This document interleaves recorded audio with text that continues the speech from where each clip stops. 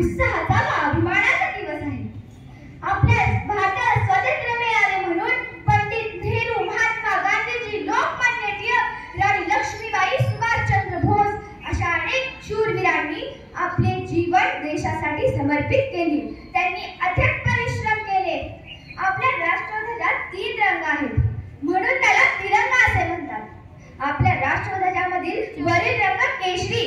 केशरी हे त्यागाचे आणि बलिदानाचे प्रतीक आहे. आपल्या राष्ट्रध्वजातील मधला रंग पांढरा. पांढरा हा शांततेचे आणि सभ्यतेचे प्रतीक आहे. आपल्या राष्ट्रध्वजातील तिसरा रंग हिरवा. हिरवा समृद्धी आणि विकासाचे प्रतीक आहे. तसेच आपला भारत देश हा एक कृषी प्रधान देश आहे हे त्या रंगातून दर्शवले जाते. आपल्या राष्ट्रध्वजाच्या मध्यभागी 24 आरे असलेले वर्तुळ आकाराचे निळ्या रंगाचे एक अशोक चक्र आहे. हे अशोक चक्र प्रगतीचे प्रतीक आहे व आपला भारत देश अनेक क्षेत्रांमध्ये प्रगती करत आहे. तसेच आपल्या भारत देशामध्ये समृद्धी नांदत आहे.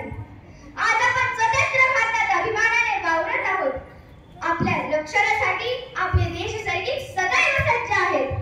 आपला भारत देश हा जगातील सर्वात मोठी लोकशाही असलेला देश म्हणून ओळखला जातो. तसेच विविधतेत एकता हे आपल्या भारताचे आगळेवेगळे वैशिष्ट्य आहे. स्वातंत्र्यानंतरही भारत देशाने अनेक क्षेत्रांमध्ये अनेक प्रगती केलेली आहे. मात्र आपल्या भारत देशात अजूनही दहशतवाद, गरिबी, असमानता, भ्रष्टाचार असे अनेक समस्या आहेत. आपल्या सर्वांना मिळून या समस्यांवर मात केली पाहिजे. तर चला आपण सर्व आज प्रतिज्ञा करूया की आपण आपल्या परीने पूर्ण प्रयत्न करू व आपल्या भारत देशाला जगातील सर्वात मोठा देश बनवू. स्वातंत्र्याचा ध्वज फडकतो, सूर्य तळपतो प्रगतीचा.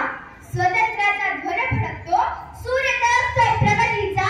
माझ्या भारत भूमीच्या पराक्रमाला माझा मानाचा मुजरा. माझ्या भारत भूमीच्या पराक्रमाला माझा मानाचा मुजरा.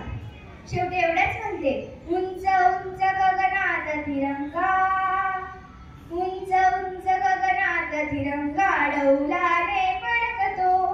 हृदयातून जय हिंद, हृदयातून जय हिंद.